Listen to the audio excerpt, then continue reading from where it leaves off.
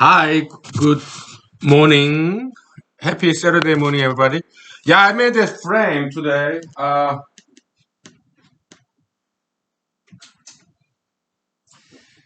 Yeah, it's very amateur. It's totally amateur.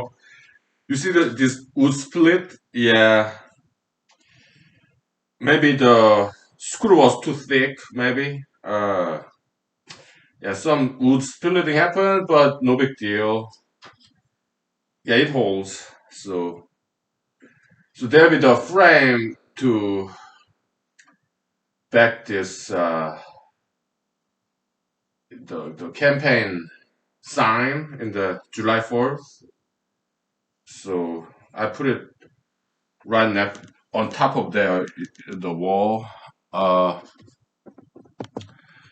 you want me to see doing it? Oh, sure, I'll show you. Yeah, I'm so awkward in all this. It's just so big and very awkward to put it back there. Oh shoot! Woo! Oh yeah, barely fits, barely. Oh, woo! There we go. Yeah, if it's barely.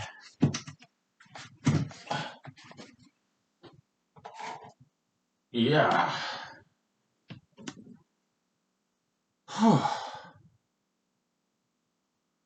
Yeah. So that's that. Okay, let's take like 5 minutes break, please. That was my morning workout, lifting that thing. Oh boy, it's kind of cardio exercise, I guess. Yeah. Okay.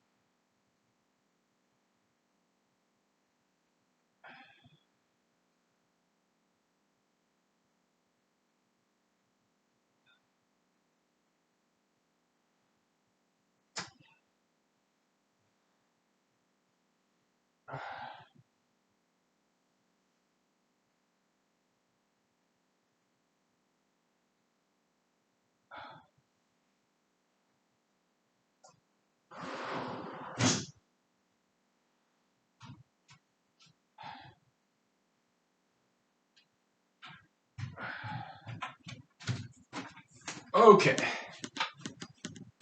Whew.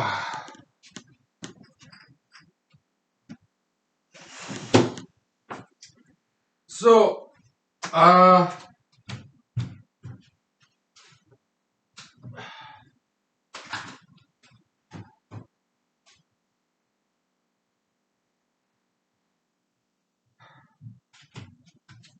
let's see.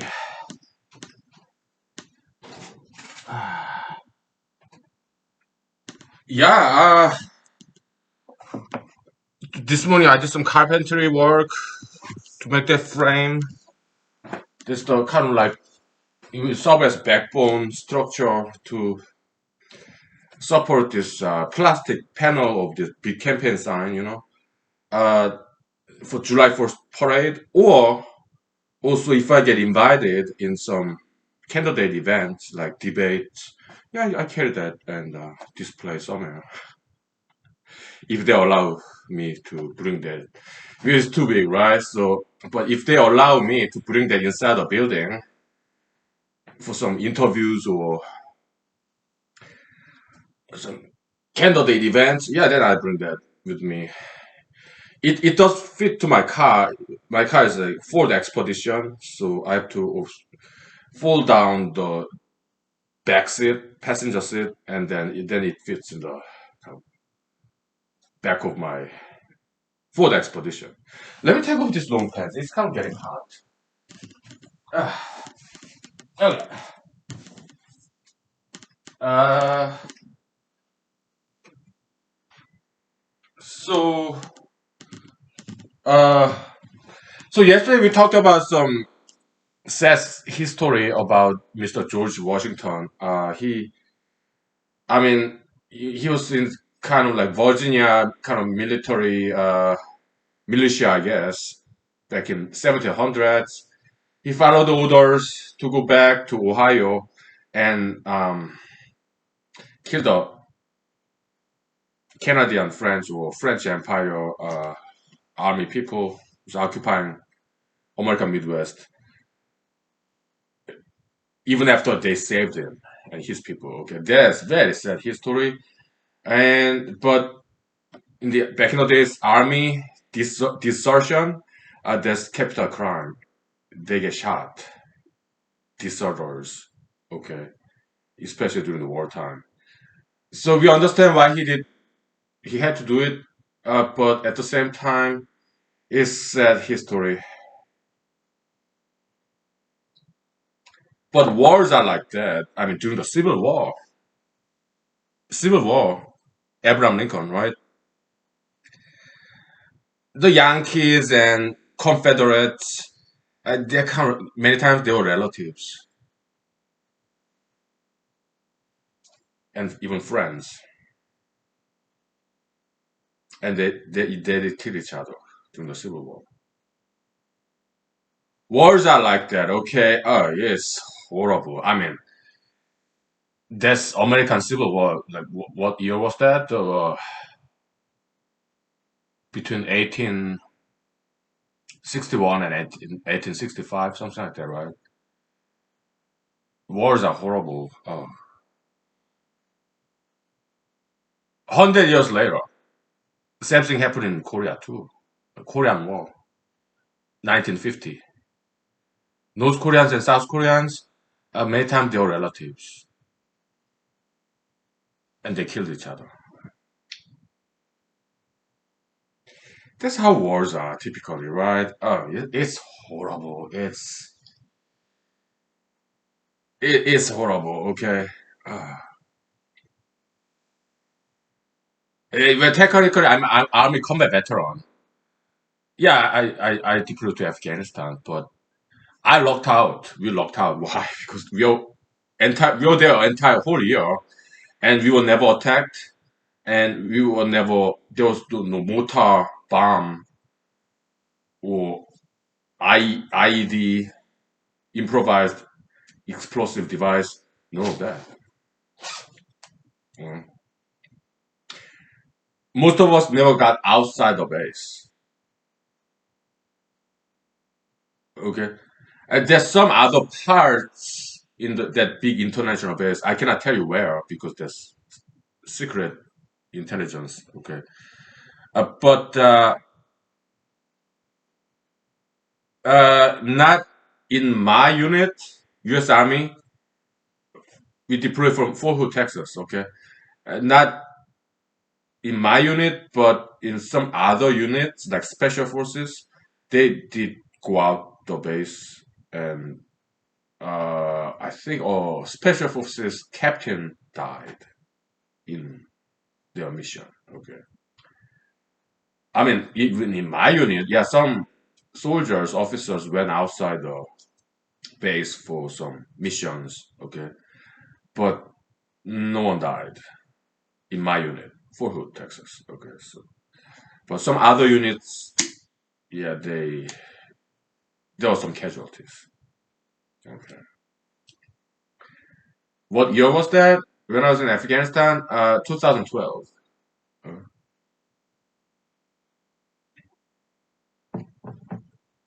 But and there was also helicopter incident. It's more like mechanical failure or maybe pilot error.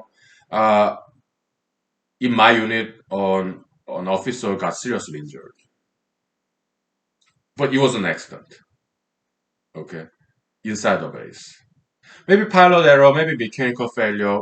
We don't know. Okay, but uh, he was seriously injured. Okay.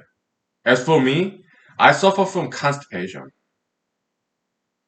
hemorrhoid, fissure. Okay, that was really painful. That was like last 2 3 months in the whole 1 year deployment. Uh, uh, why did I suffer from constipation? Uh, Probably because of the hot and dry desert climate and the diet. We didn't have fresh vegetable, not too many fresh vegetables and fruits for a whole year. Okay.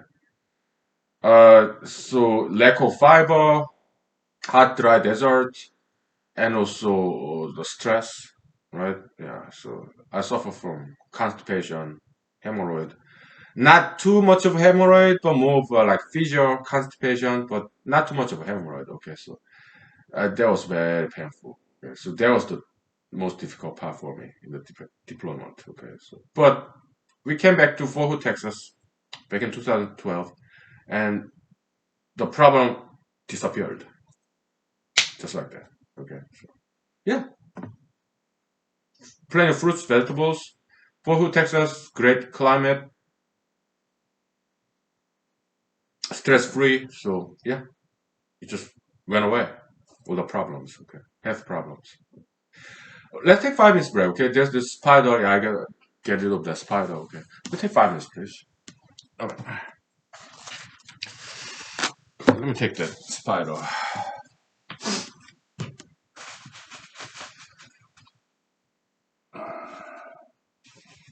Yeah, I missed it, but I catch it next time, I guess.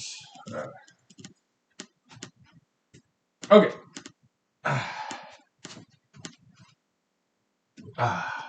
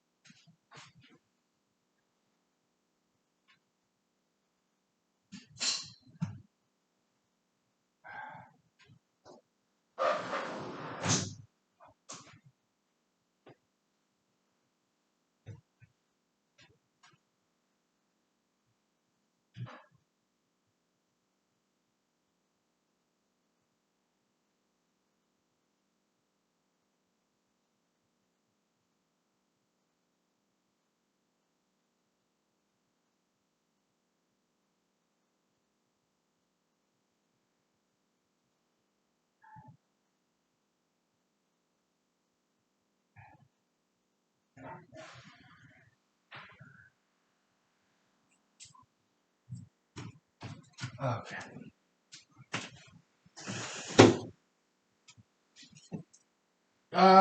Let's see.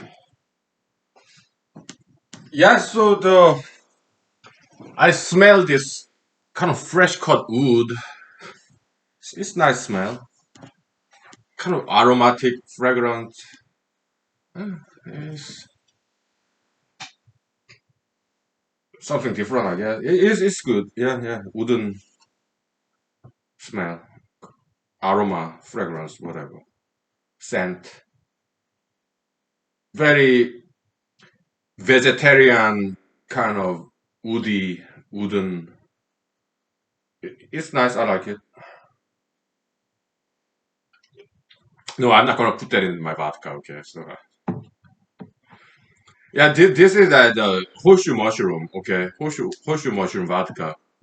You see this horseshoe mushroom? Yeah, yeah. People make tea out of this because I put in the vodka, and it's very wooden kind of taste. Anyway, but that wood, I don't know what that wood is from. It could be, I don't know, like spruce tree maybe. Maybe birch tree. I don't think it's birch because it's split, right? That birch tree is very strong. You would not split it like that. So my guess is it could be spruce or some kind. But it's the cheapest one I could get. Okay, so it's like for 1 inch, 2 inch, 8 inches. That's like about $2, $3. Okay, so yeah. Uh, and this morning I had to go back to the hardware store because the screws I bought wrong size. It was too long. I bought 2 inches, right? And I guess the wood over there that's slightly less than 1 inch thick. So it was too long. So I bought an inch and a half screw instead. Okay, yeah, and it fit very nicely. But I'm new to this carpentry stuff. Okay, so yeah, I think yeah, a lot of people do carpentry as a hobby, right? Hey, Jesus was a carpenter, right? Carpenter's son. I think carpentry is a very good hobby. Actually, it's fun. So past week, I've been thinking about design of this all the time. I mean, in my spare time. Okay, yeah, it can be very good, constructive hobby. Carpentry. Pun intended. Okay, constructive. Okay, hobby. Very healthy hobby, right? Yeah. A lot of people do carpentry as a hobby, right? Yeah,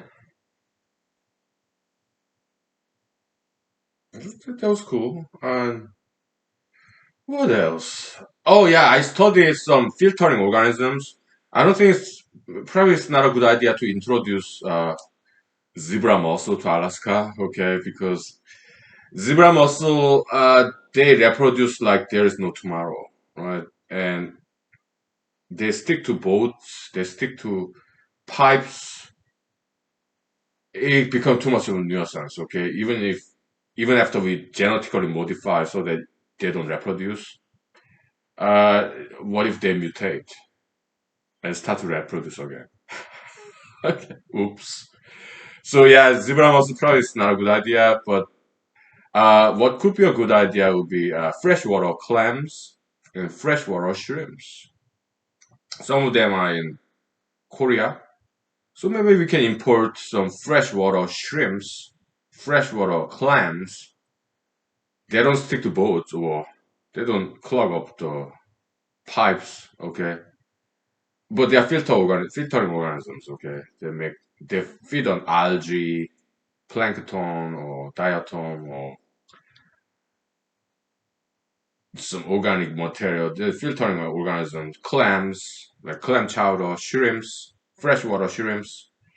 Some people uh, have this freshwater clams or shrimps in their aquarium because they keep the water clean. Okay. and they're edible too. Okay, at least freshwater clams and shrimps, if we put them in Alaskan lakes, some of them will survive because in Siberia, Russia, or North Korea, or China, okay, yeah, they are winters, or Japan, okay, and they're winters, and shrimps, freshwater shrimps and clams, they survive there, and they might be able to survive in Alaska. Okay? Yeah, to keep the lakes clean. Yeah. So introduction of species, many times it happens for good purposes. Like in uh, in Alaska or Montana, Wyoming, they introduced like gray wolves that went extinct, or muskox, or some reindeer caribou that was went extinct due to overharvesting. Okay, so they brought them back from some Siberia or Scandinavia. Okay, muskox, wolves, reindeer. The yeah. So they do that. Okay. Yeah. So if we introduce shrimps and clams to Alaska, yeah, they are filtering organisms, yeah, and they are not like zebra mussels. Okay, clams they live in the bottom of the lake. They don't cling to ships, so no, they live in the mud, muck, bottom of the lake, and they're not predators. Okay, so I don't see ecological problems there. Okay, so yeah, once Pebble Mine is built, yeah, I think they can invest in that research and development to keep the Alaskan lakes clean. Right? Yeah, shrimps and clams. That seems to be a better idea than zebra mussel. Okay, because they are too aggressive. Okay, zebra mussels. And yeah, they reproduce like there's no tomorrow. Okay, zebra mussels. Yeah, so it's not a good idea, zebra mussel, even if genetically modified. Okay, so it's too risky. It's not worthwhile. And clams, freshwater clams and shrimps, they're edible. Uh, but if people do not want to eat them, we can feed them to farmed animals. Okay, no problem. Okay, yeah, we can harvest them. And shrimps and clams are fish that love those. Okay, so I think that's a good idea. Well, let's say 5 minutes. Okay. Yeah, we got solutions, right? Yeah. Yeah. Okay. Mm.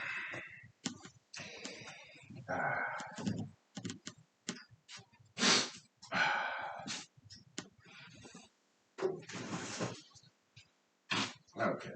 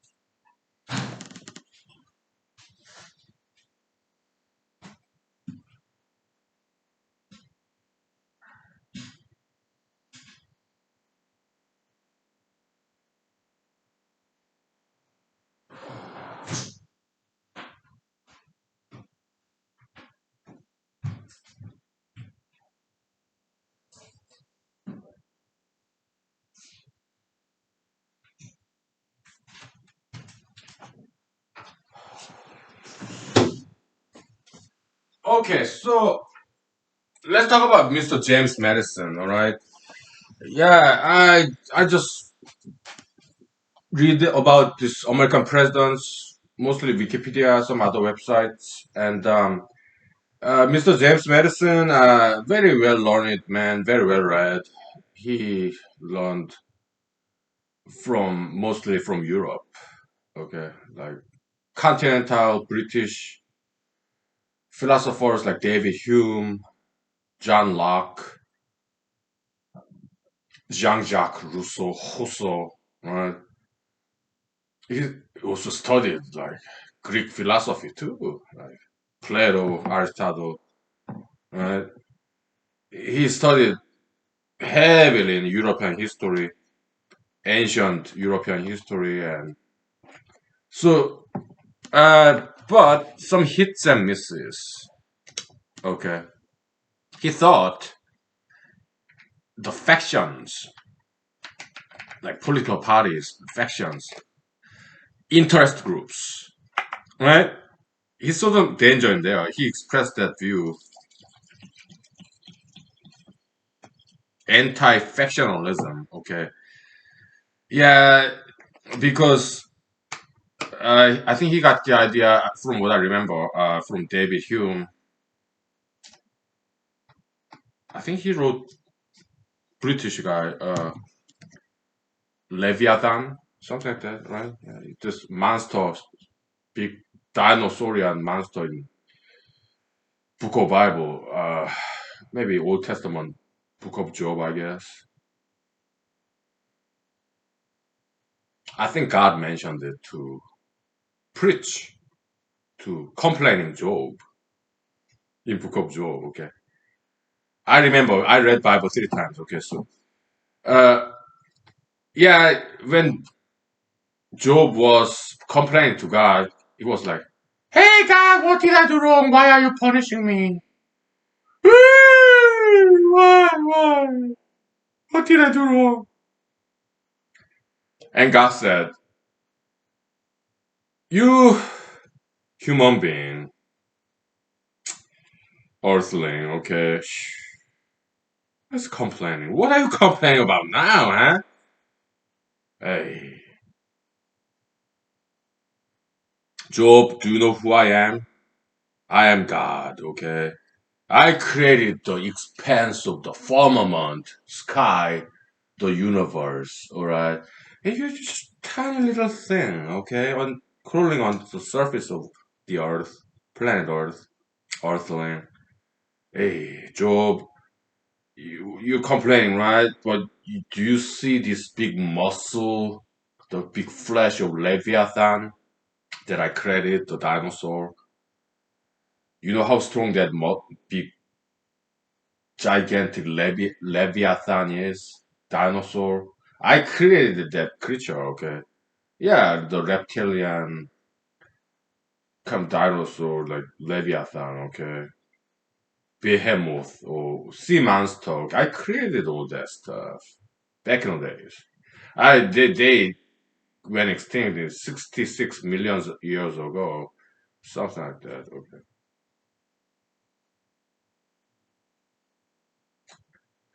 but yeah, I'm high almighty God. Okay, yeah, I gave you some trouble. Okay, it's just disciplinary measure. Okay, no worries. Okay, I am God. I can give you anything you want. All right.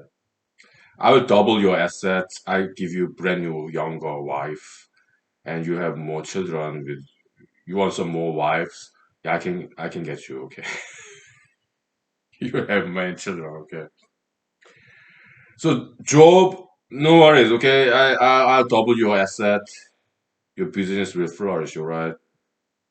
Okay, God, but why did you punish me? Oh, I just discipline you, man. Okay, because you're too complacent. All right. So, oh, you're so successful. You're so happy. Okay. You did not do anything wrong. You did not steal. You did not commit adultery. You're a very moralistic, ethical, good man, but you're too happy. And I'm jealous God. So when you are happy, I don't like it. So that's why I gave you some disciplinary measure. You should be thanking me. Okay, God. Thank you. Are you happy now? You know, Job, you know what? You have some attitude problem there, okay? I might change my mind. Okay, God. I'm sorry. Okay, that's better. Okay, yeah, I keep my promise. Okay, because I'm very faithful, God. Okay, so yeah, I double your asset, and I give you multiple younger wives, and you have many children. Okay, now get out of here, Job. Go in peace. Yes, sir. Thank you. Scene cut. Yeah, we're just acting. Okay, yeah, we're improvising, improvisational writing, acting, directing. Okay, so welcome to humanology. Anything goes. Yeah. Let's take 5 minutes, please. I'm horrible. I'm bad. I'm sorry. We continue to talk about James Madison. Okay. Yeah. Two-time president, the chief writer of U.S. Constitution. Okay. Some guy, right? Yeah. Very impressive man. Okay. Okay. Uh,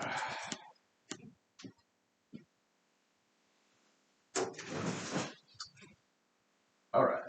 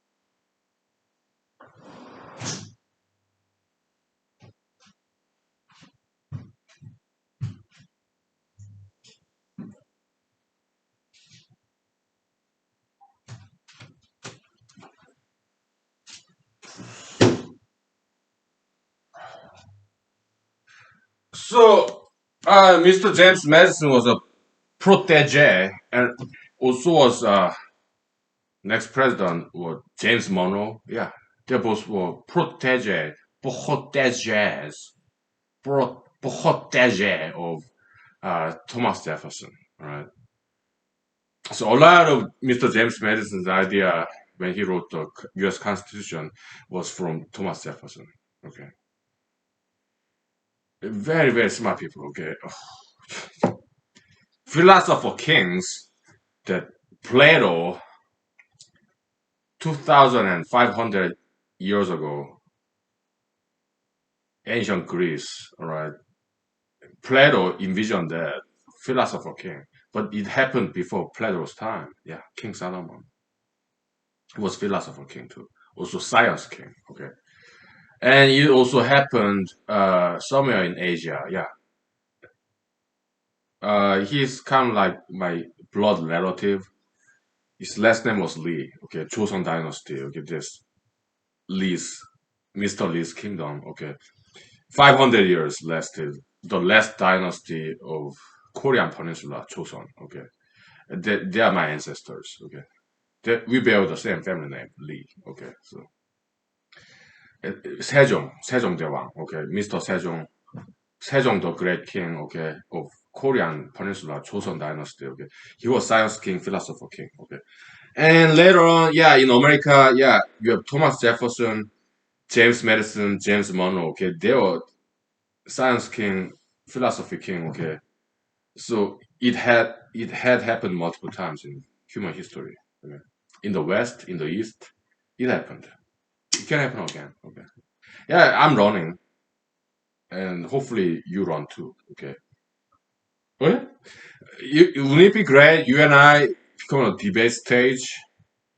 I run as a independent, of course, and you run as a Democrat or Republican. Okay. Or some other party. Maybe you can create your own party. Okay. Yeah. Wouldn't it be great? You and I kind of debate in presidential debate stage. Huh? Yeah, that'd be good. Okay. Anyway, so yeah, James Madison, he thought, I think, erroneously so, but he did try. Okay. To frame the Constitution, United States' polity, political structure, procedural law, he thought he could prevent factionalism, faction, okay, interest group. That's what he thought, and I think it was an error. Okay. Procedural law, it does not matter how they structure the law. I mean, they can enhance just a little bit, but it cannot change the human nature or animalistic nature. Yeah, grouping. I watched this oceanic documentary, beautiful documentaries, mullets, fish, school of fish, shore of fish, right? They form group, fish. Some of them. Some other fish are solitary. Even predatory fish like sharks, sometimes they form groups. They swim in the same direction by multitude, like hammerhead sharks. Okay, yeah, they're kind of like social animals. Okay, mullets, they are mostly vegetarians. Okay, they feed on algae. So mullet caviar eggs is harvested in Europe and also in Asia. Korean word for it is 명란젓.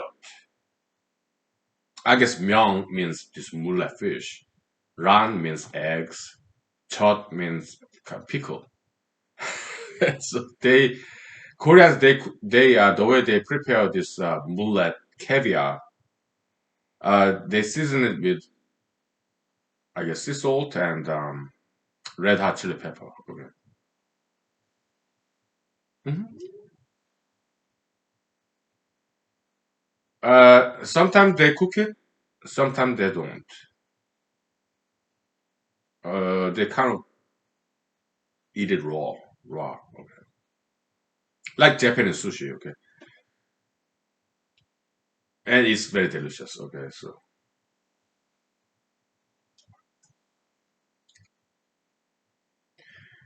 have I eaten it? Yes, yes. It's great. Okay.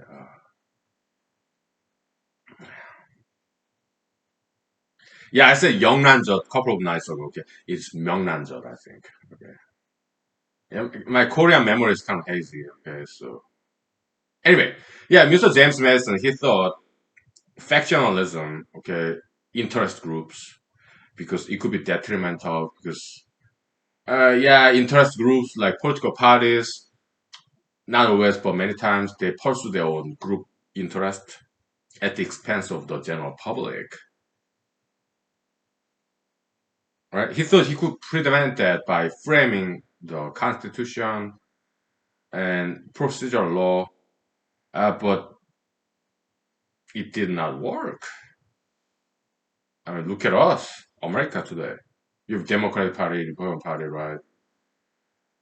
Many times, what they do, their ideological agenda, not all the time, but sometimes, is detrimental to general public American interest. Okay, and 200 years ago, Mr. James Madison, when he was preparing for this U.S. Constitution, he foresaw that danger. Very smart man. Okay? So he wanted to prevent that from happening in America because he is a very good student of history. He saw that happen before in Europe, but he did not want that factionalism happening in America because it was America back in 1800s, earlier 1800s when he was there. It was brand new country. Yeah, James Madison, he's one of the founding fathers, right? America, young country, brand new. Yeah, Dvorak, the new world.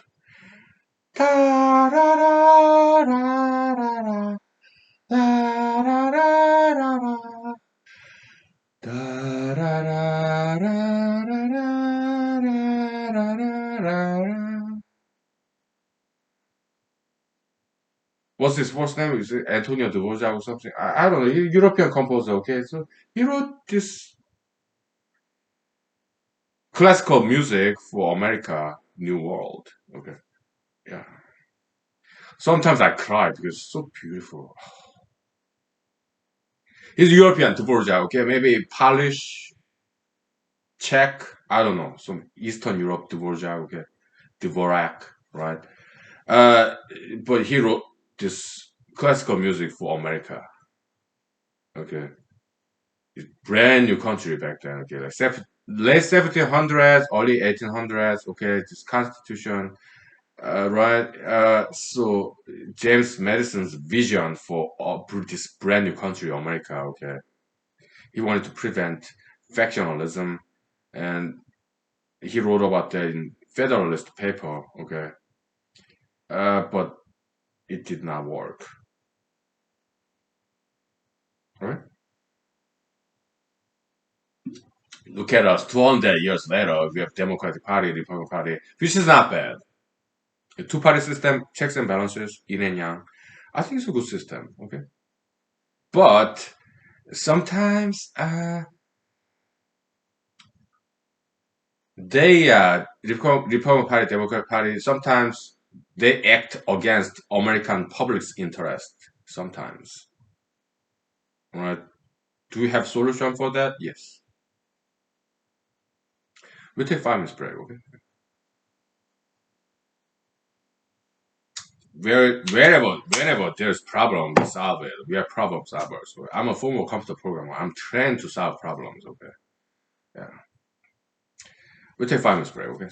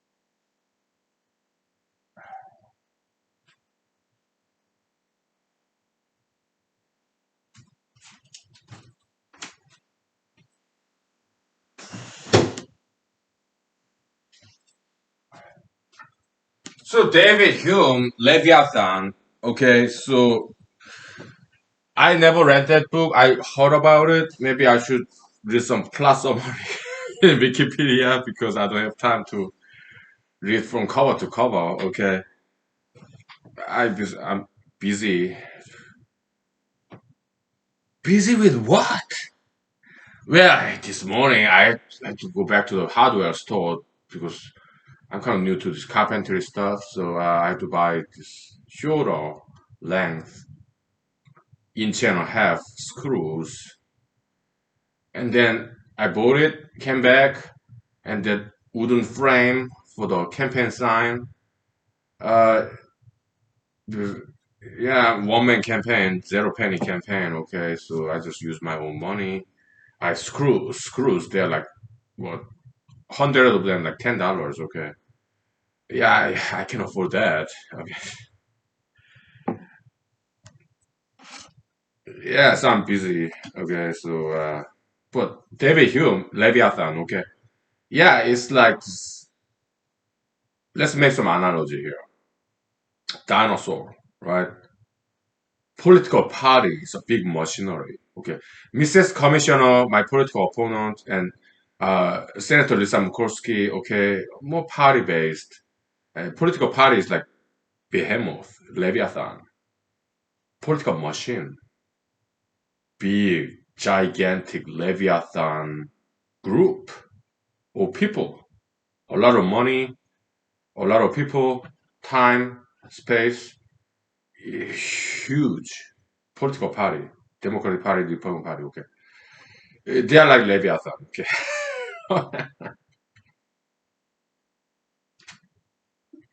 it's not necessarily bad. Okay? We are just observing. All right. So what's the solution? I think it's about education. Okay.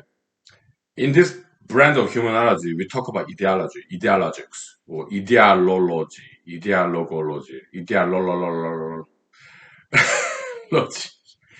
Yeah, study of ideology. Okay. Yeah, let's understand how ideology works. Ideology just like a metaphysical organism. Okay? And yes, they eat people.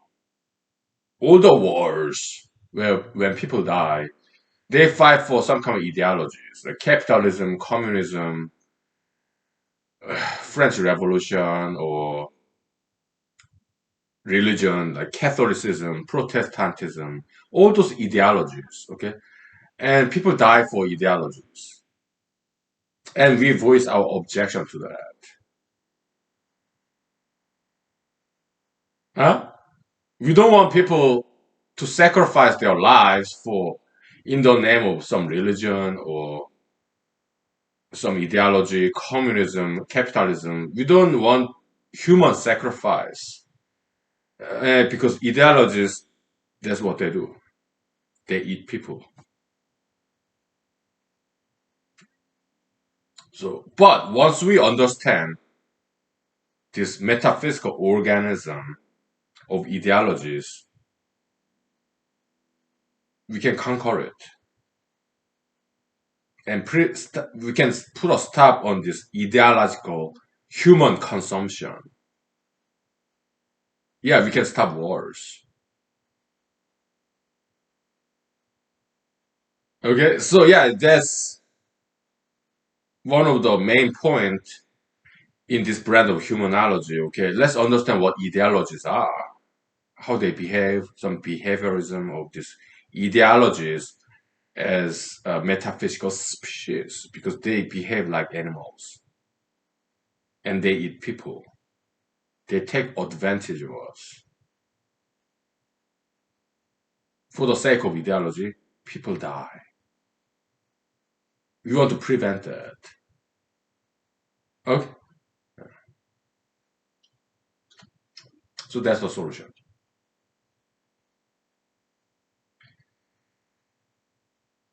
It's metaphysics, okay? It's philosophy, okay? And I did express this view in some of the papers I wrote. It's published. It's out there, internet, 24/7, free, download, PDF. It's out there, okay? So yeah, some people are reading it, okay? So not many. Because I'm an obscure figure, okay?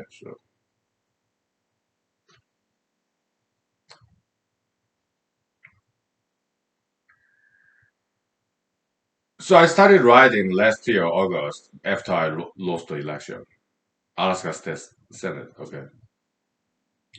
By now, how many papers did I write? Uh, about 10 of them. They all published on internet online databases, okay? About 10 of them, okay? Yeah.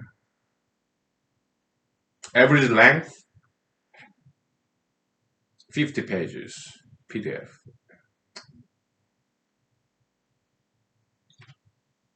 They're all out there, okay? So,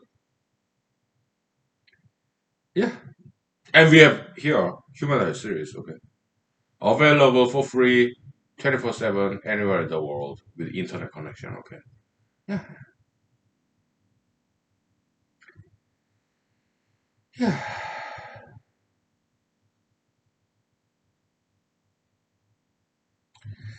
So we'll take 5 minutes break, okay? And then we'll compare Isaac Newton, Sir Isaac Newton, and Mr. President James Madison. Okay. Scientist and politician. So Isaac Newton of mathematics and physics, Great Britain, okay. And Mr. President James Madison of the United States of America. We make some comparison. Okay. Scientist and politician, okay. We make some comparison, okay. Why?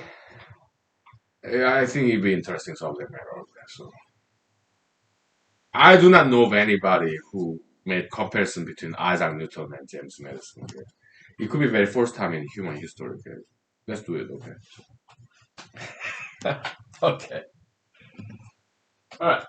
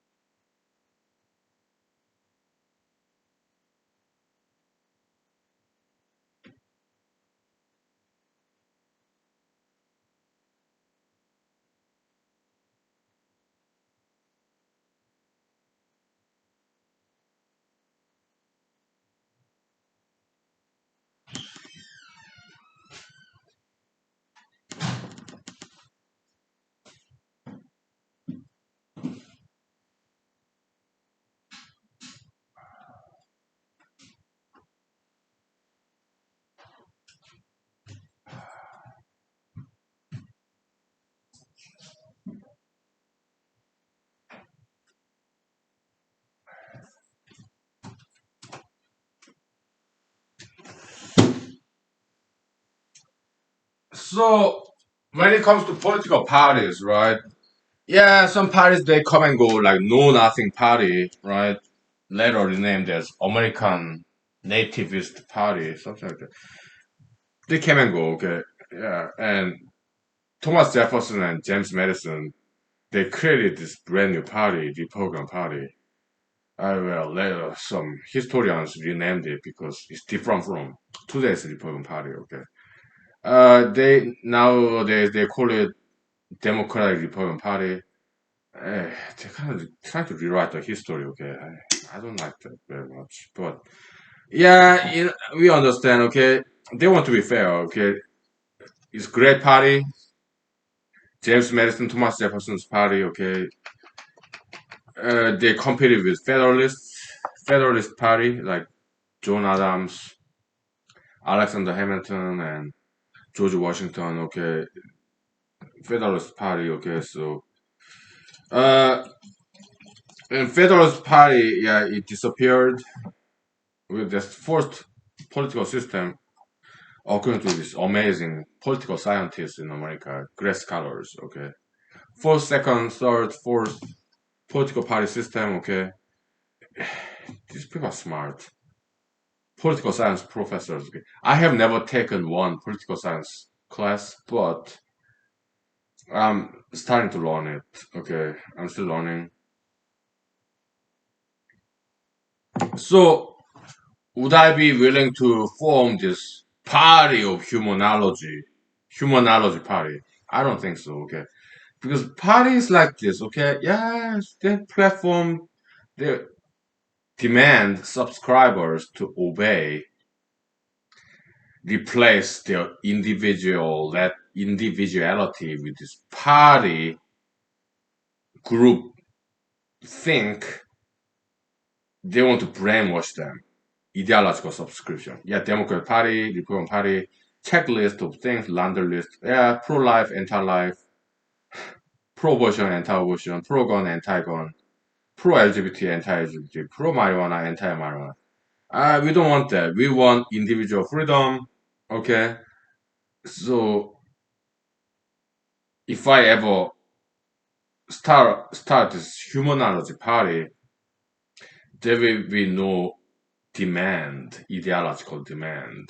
Okay, we do not want to erase your individuality and replace it with this party groupthink ideology. We do not want that.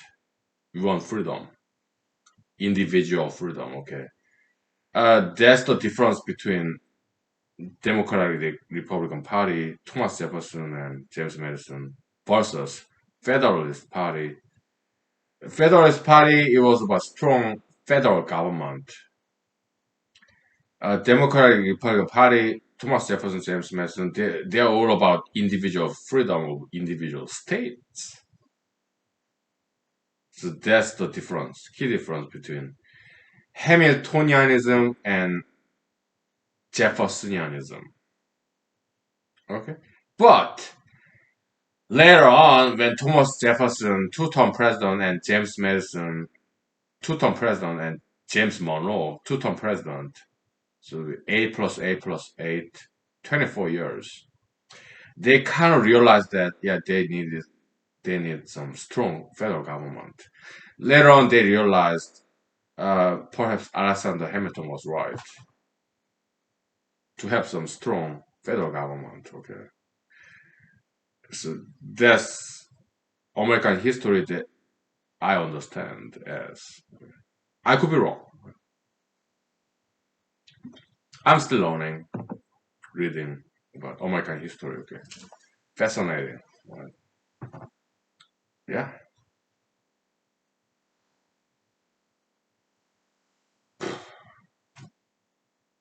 interesting history. Any country's history is very interesting, right? Yeah. But way back when, 1980s, 1990s, when I was in South Korea, going to elementary school, middle school, high school, we have great history teachers, but it was not one of my favorite subject matter. Okay. But they were great teachers. Okay. I was more into mathematics and science, physics.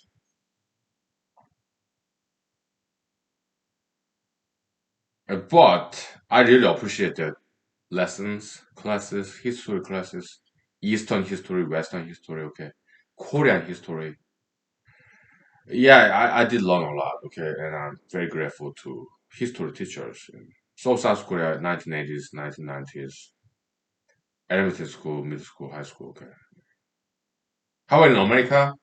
I did register for this history class when I was in Madison, Wisconsin. We named after President James Madison, okay. There's a story about that, okay. So you want me to tell that story? Okay. Madison, Wisconsin, named after President James Madison, okay. Give me 5 minutes break, okay. So then I'll tell you. Okay. Some history class, I registered and I dropped. Why? Too much reading and writing requirement, okay. So I was computer science major, okay. It's too different from what I do as a computer science major, okay. So I dropped out of that history class because too much reading and writing in English, having nothing to do with mathematics that I'm used to. Okay, so I couldn't take it. Okay,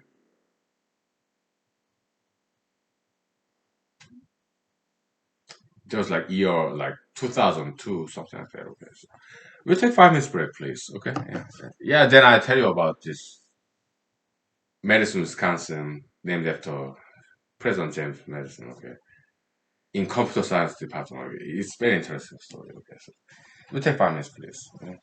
Story time, right? Okay. Okay.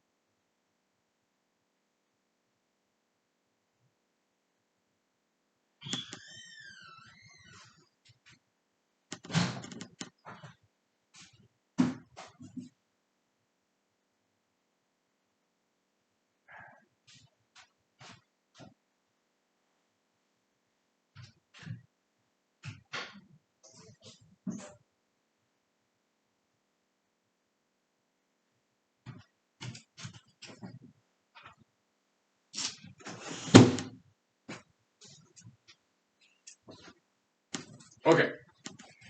So yeah, Leviathan story. Yeah, that's not novel. So yeah, it's not plot summary, right? It's same concept though. Yeah, synopsis.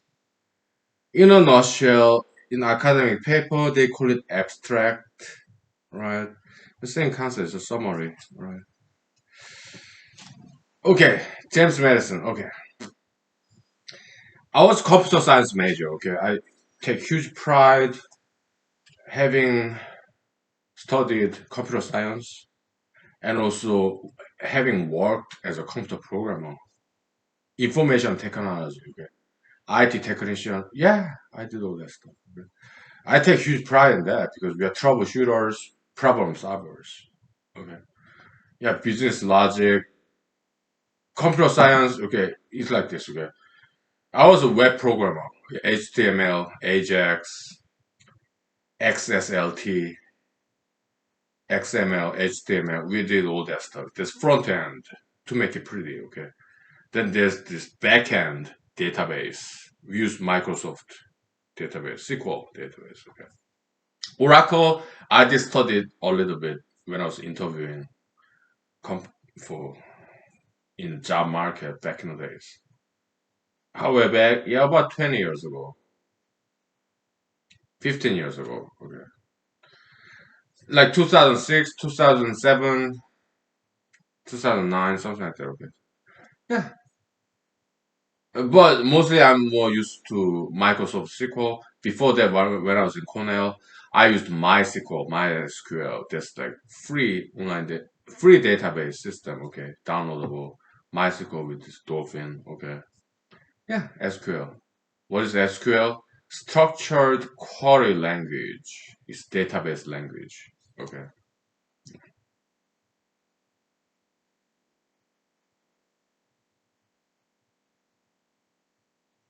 In Madison, Wisconsin, I think they use probably like Microsoft SQL. But in Cornell, I used MySQL free. Okay. Mm. Oracle, I never used it, but I studied it a little bit. Okay. So anyway, I was studying majoring in computer science in Madison, Wisconsin University between 2000, I mean, 1997 and 2004. It took me 7 years because my English was not that good. Okay. So it took me 7 years to graduate from 4 year college. All right. Yeah. Major in computer science. Okay. So some of computer science professors, they have a great sense of humor. Okay. So we had midterm exam, final exam. I think I was taking operating system class. Operating system like Macintosh, or iOS, or Microsoft Windows, or Linux, Unix. Okay. In Madison, Wisconsin University Computer Science Department back in late 1990s and early 2000s, we mostly used Unix or Linux. Shell, shell programming. Okay. Yeah, it's fully keyboard based. Mouse sometimes. Okay. Yeah, we programmed in Emacs. Some others Vi. Okay, like Elvi, Elvis, different versions of that. It's really cool. I did use it sometimes. Vi, very smart, great texting editing tool. Okay, it's very esoteric. All right, Vi, yeah, I use this for fun. I wasn't good at it, but it was very cool. Okay, but we use Emacs, Xemacs. Okay, great texting editor. Okay, for computer programmers. Okay, yeah, in Unix, sometimes Linux. Yeah, good old days, right? So when it comes to science major, okay, so yeah, I think uh the professor, okay, some of them have very good sense of humor. Many of them Jewish, they could be Indian, Caucasian, Asian, okay, uh or Middle Eastern, okay. So computer science department. Okay, so yeah, smart people. Okay, so many of them great sense of humor. Okay, so the final exam or midterm exam, computer science department. Okay, sometimes they have some extra credit question. Okay, extra credit question. And typically, extra credit question is open answer question. It's not like multiple choice question, open answer question. Okay. So this one very humorous professor in computer science department, I think it was operating system class. Okay. And pencil and paper based paper exam. Okay. Is there some OCR? It's multiple choices, whatever. Okay. But he asked this extra credit question with this paper and pencil based exam, final exam or midterm exam. Okay. Hey, what is this town, Madison, Wisconsin, named after? Can you give us? Can you give me a full name of this United States president? And I could not answer it. So I did not get that extra credit from that question. Okay.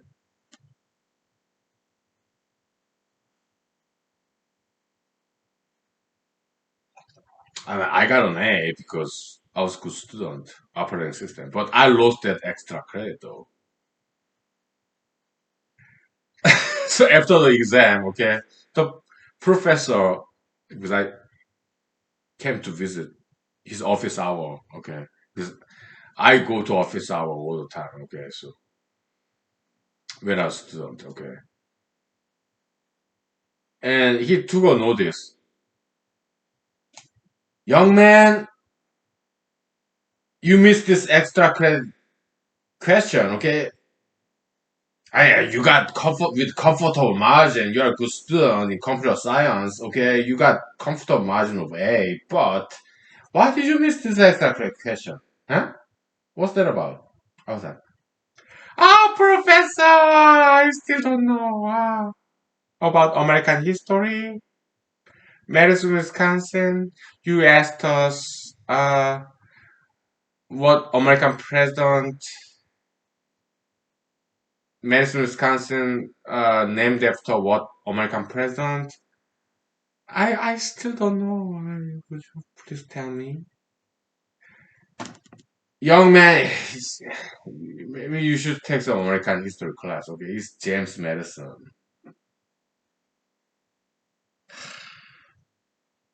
Oh, okay, Mr. James Madison. Okay, maybe I should take some history class. Okay. True story, I'm not making this up, okay? So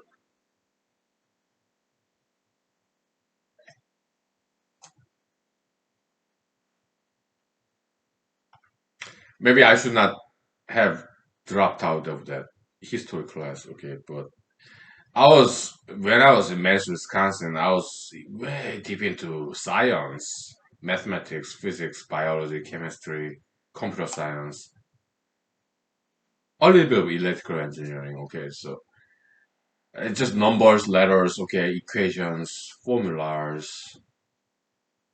So I didn't really have time to study history.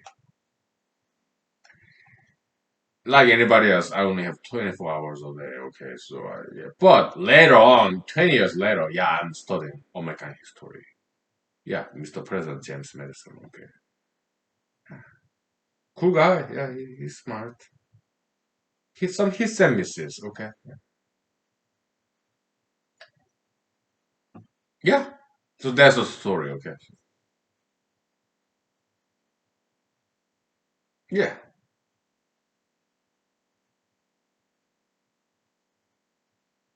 Okay. I think we talked enough today. Okay. So it's like 10 o'clock in the morning, Saturday. Okay. Yeah, having a Saturday morning vodka. Okay. So After after this, I think I'm gonna sing and dance in the big screen TV over there and hook up hook I'll hook it up with HDMI cable, high definition media interface. I think that's what it stands for. Okay. Computer science major, okay. HTTP, yeah, hypertext transfer protocol. HTML, hypertext markup language. XML,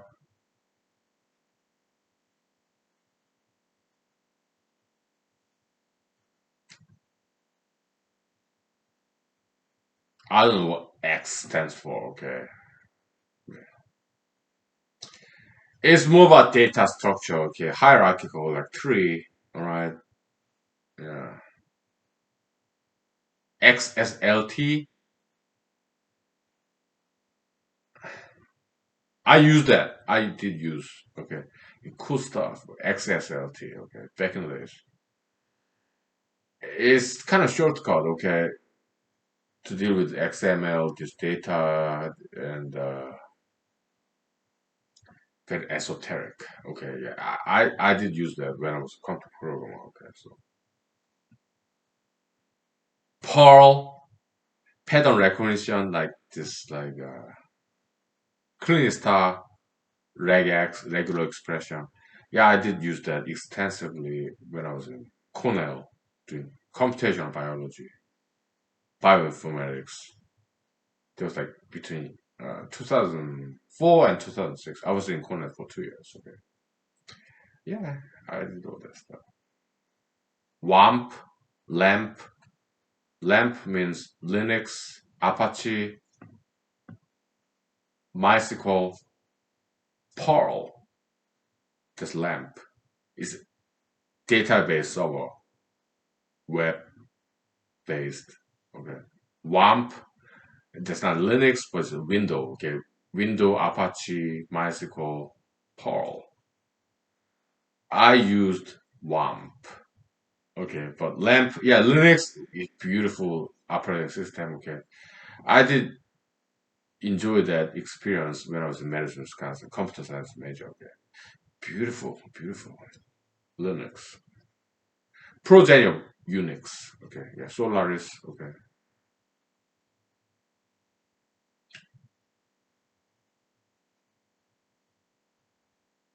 yeah, Red Hat Linux or some others. Okay, engineers. Okay, the extremely smart people. Okay, computer programmers. Okay, I used to go on. Okay, so lawyers. Yeah, they're smart too. Okay. Yeah, I'm lawyer now. Okay, so some story time, sure. Yeah, give me 5 minutes. Okay, then in Los Angeles, California, back in 2006. Oh yeah, no, no. So I was in Ithaca, New York between 2004 and 2006. I was born in Ithaca, New York because my parents were there when I was born. Okay, back in 1978 when I was born. Okay. And Ithaca, New York, I went back there to do computer science, computational biology between 2004 and 2006. Between 2006 and 2009, I was in Los Angeles, California. Okay. I was a computer programmer and full time, part time actor, and also I studied for LSAT to go to law school. Okay. Uh, and I had some interaction with some Los Angeles lawyers. Okay. I tell you about that. Okay. Give me 5 minutes. I'll tell you. Okay. Some interesting interaction. Nothing bad. Okay. Just question answers, commentaries. They're cool. Okay. Yeah. Los Angeles lawyers. Okay. I did have an interaction with them. Okay. They're cool. Okay. That was like back in 2009, something like that. Okay. All right. 5 minutes, please.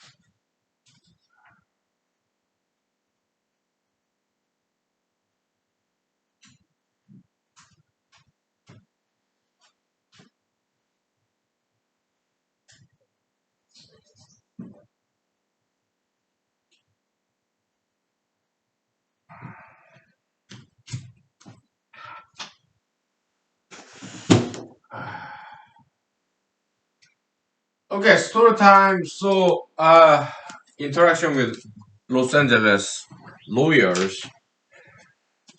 So, I was in Los Angeles, California between 2006 and 2009. Like, just like 10 years ago, right? And I was studying for LSAT, law school admission test.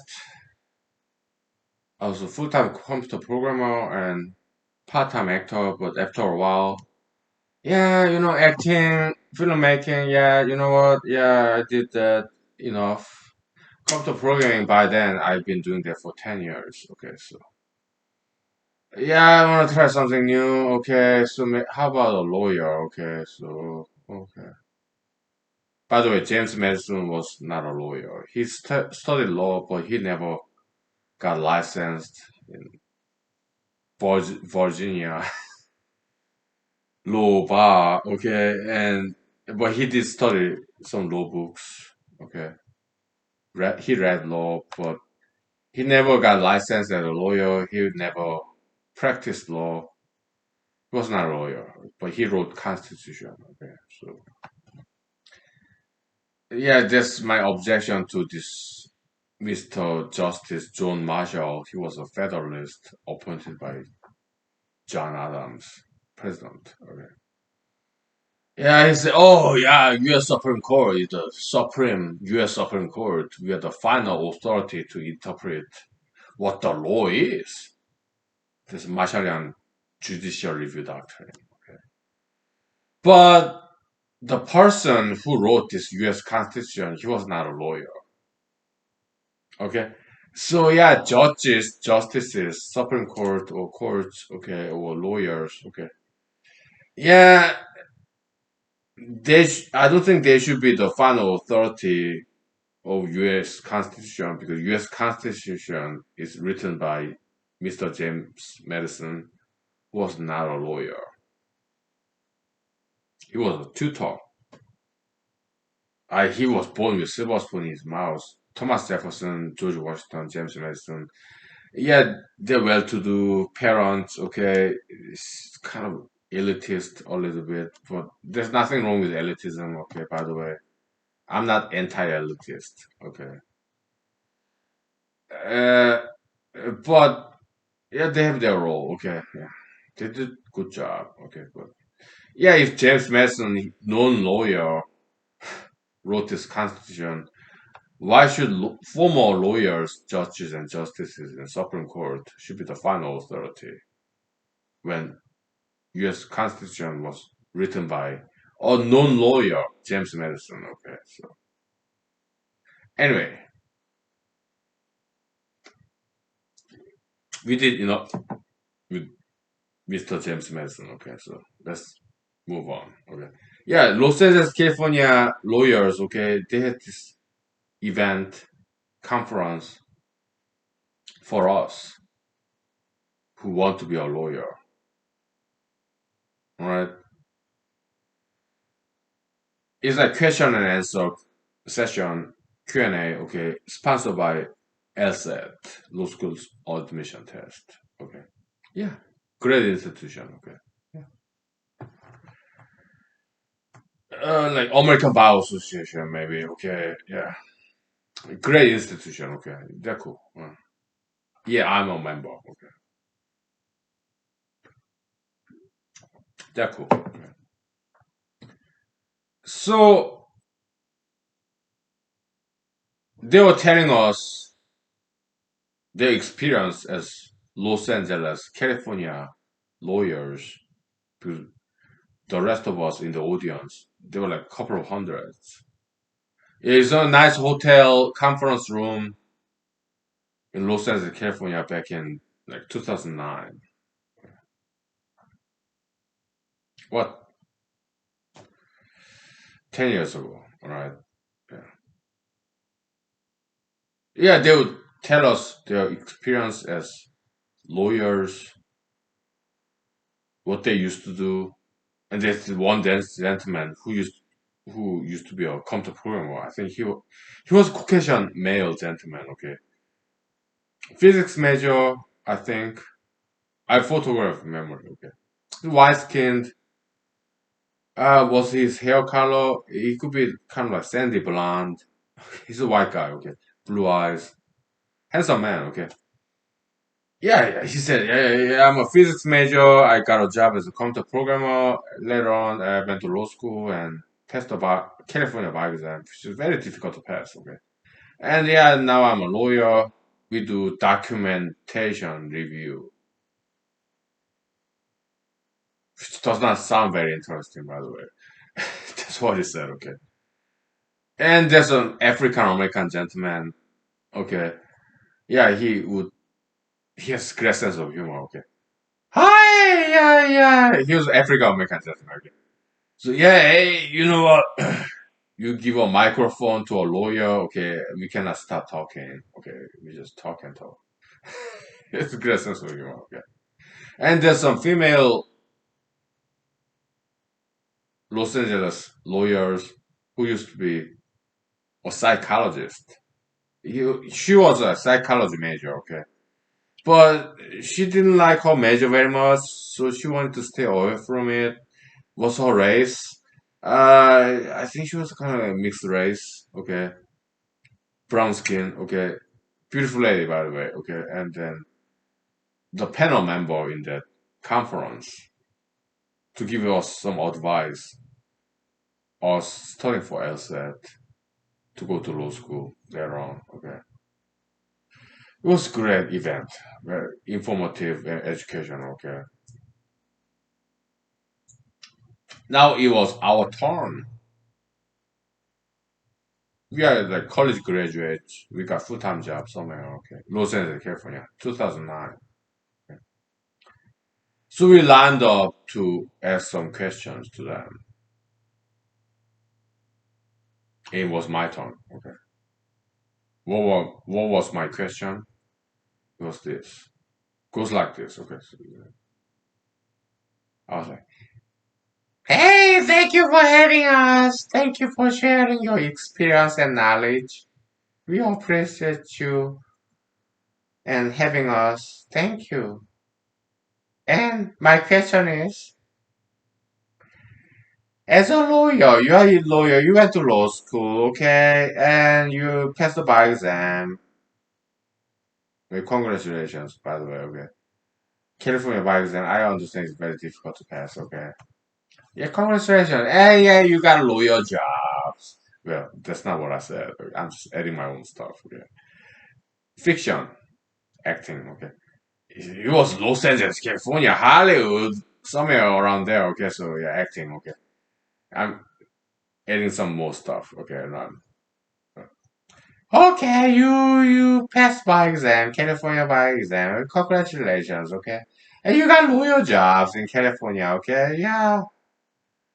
And so you're a lawyer now, okay? You used to be a computer programmer, you used to be a psychology major, and okay, and maybe journalism or political science, whatever, okay? So, but you went to law school, you passed the California bar exam.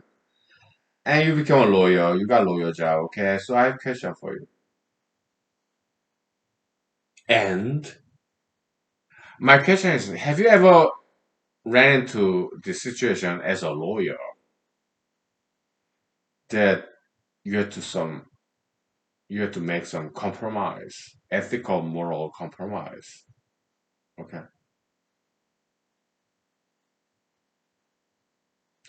You are in law office, law firm, you're a lawyer, you have your boss, superiors, right? Some conflict of interest. What if you're anti-LGBT? What if you're conservative? What if you're anti-marijuana or anti-oil and gas? But your boss, your superior in your law firm, law offices, okay?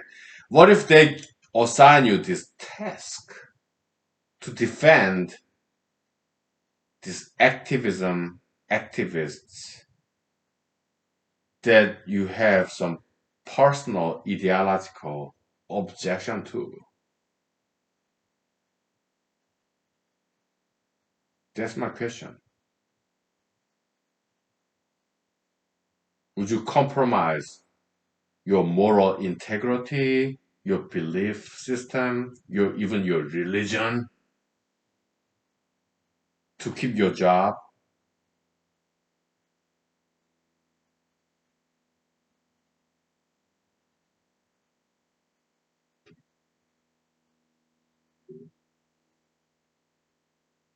Would you sell out? Would you compromise your moral integrity, your belief system? You may be pro LGBT, anti LGBT. Let's say you are anti LGBT. What if you have a client who is LGBT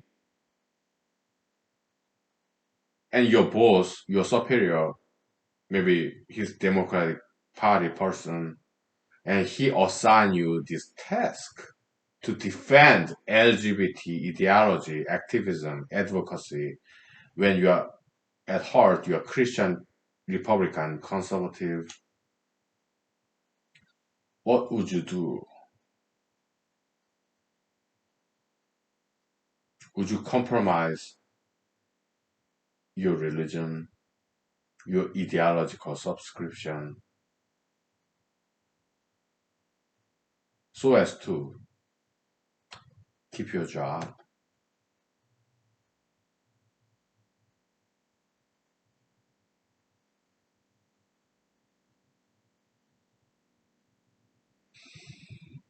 Well, I'm adding my own stuff here. That's not the exact question I asked. But the audience members, and the lawyers panel, yet they were entertained intellectually. Okay, it was an interesting question to ask. Well, and they gave me answers. All those 55 panel members, Los Angeles lawyers. Okay, they gave answers, smart answers, and different perspectives. Okay, it was nice. Okay,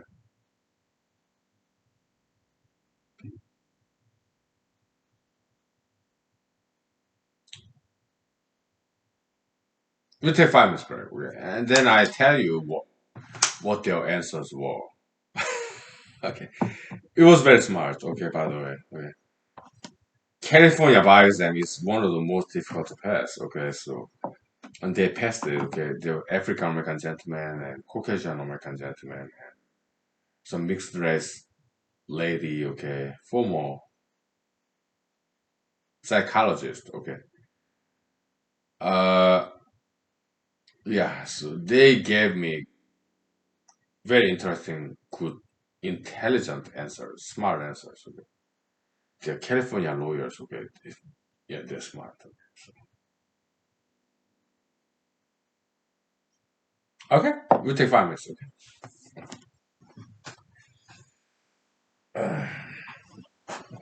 I tell you what they said. Okay. So, right.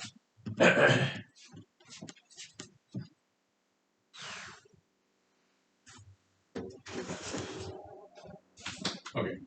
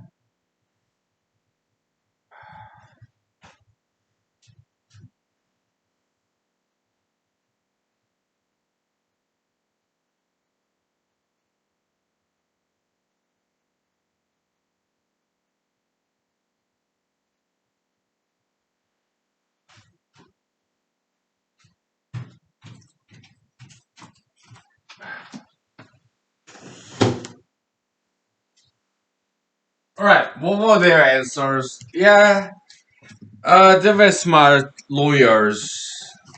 They got lawyer job in California. They passed California bar exam. It's very difficult to pass.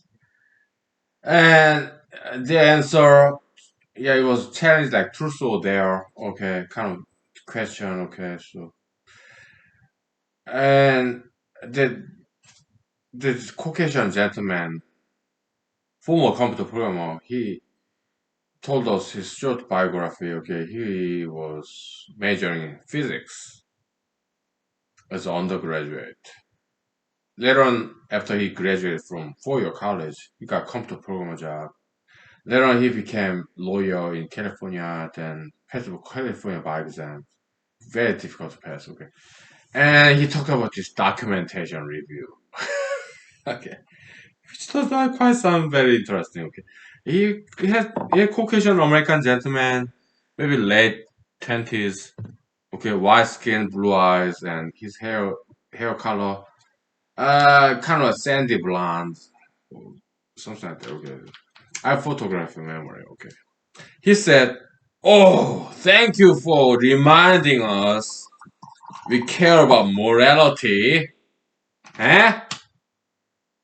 Thank you for reminding us that we will care about morality, ethics, even when we are lawyers. Eh? Yeah.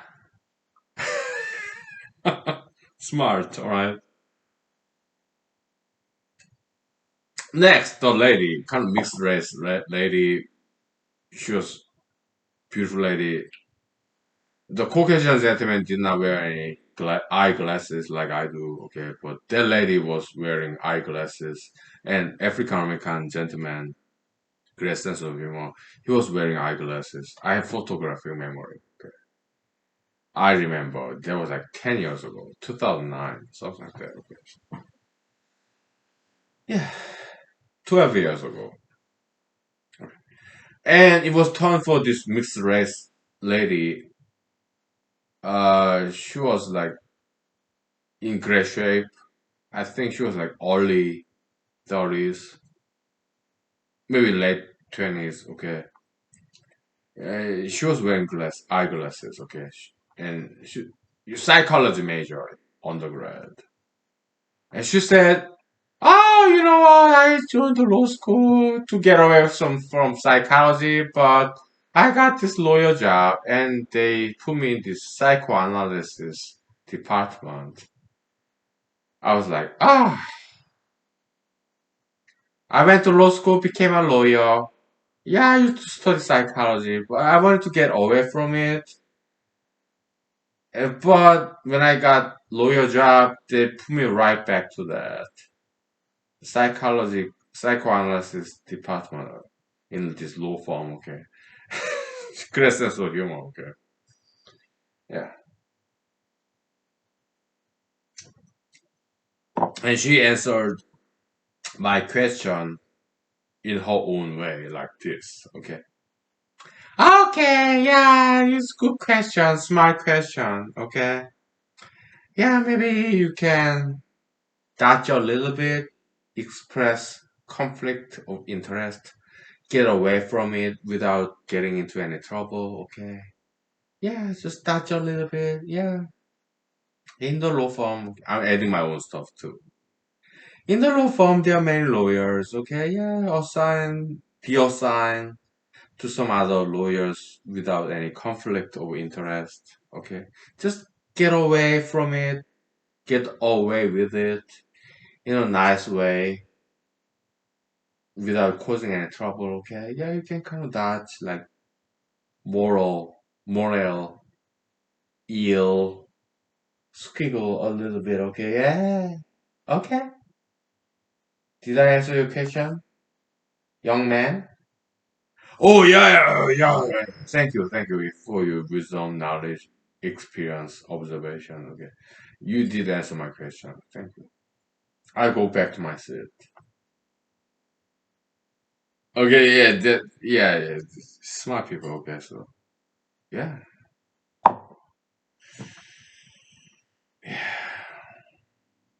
I got more stories about Los Angeles lawyers interaction. Okay, when I was a computer programmer. Okay, yeah, yeah, yeah. Just like you. Okay, I got a lot of stories to tell, untold stories.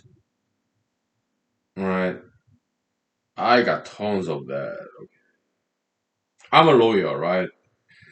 Yeah, as a lawyer, we write about these motions, trial brief, Supreme Court, appeal brief. Okay, it's all public knowledge there in the database. Maybe not online, but paper, scanned, stored. But public knowledge, yeah, trial court, Supreme Court, appeal decisions, they're public knowledge. Okay, if you go to some courts, you have to pay fee, copy and paste, scanning. Okay, it's all there. Okay, so, but I do not publish all these legal documents. Why?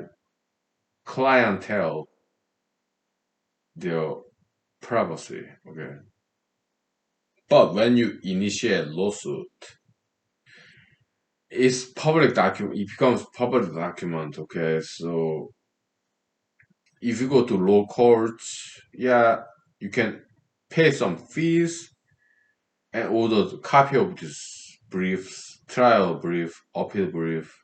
Okay, and you can see everything that I wrote as a lawyer. Okay, it's in the court, Alaska court, Supreme Court, trial court, Anchorage, Palmer. Okay, Valley. Yeah, it's all there. Okay, so public knowledge.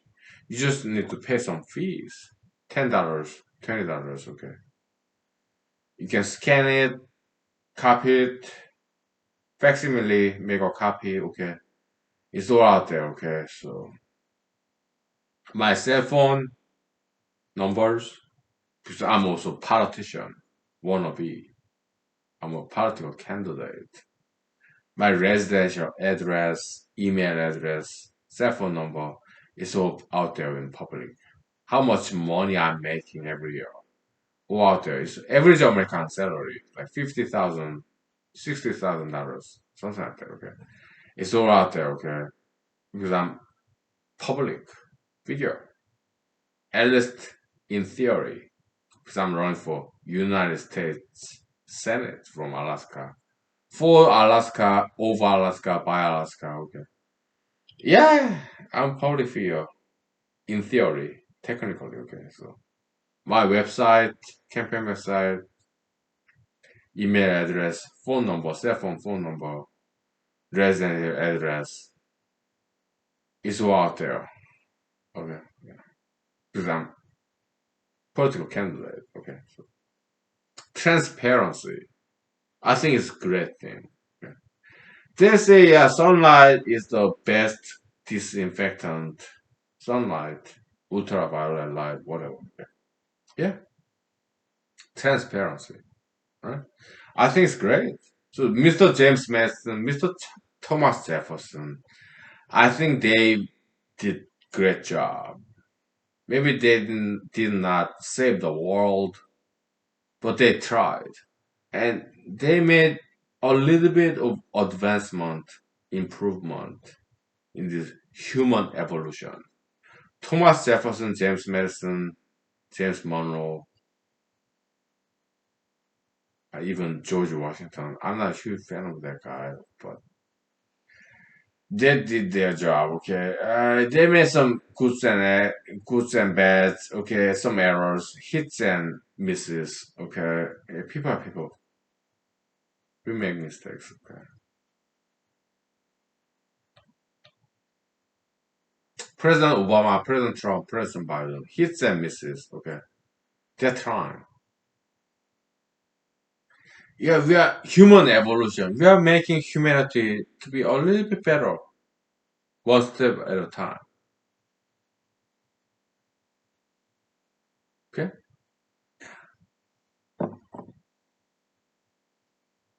just a little bit, because we care. We love people, right? We want to save lives, human lives.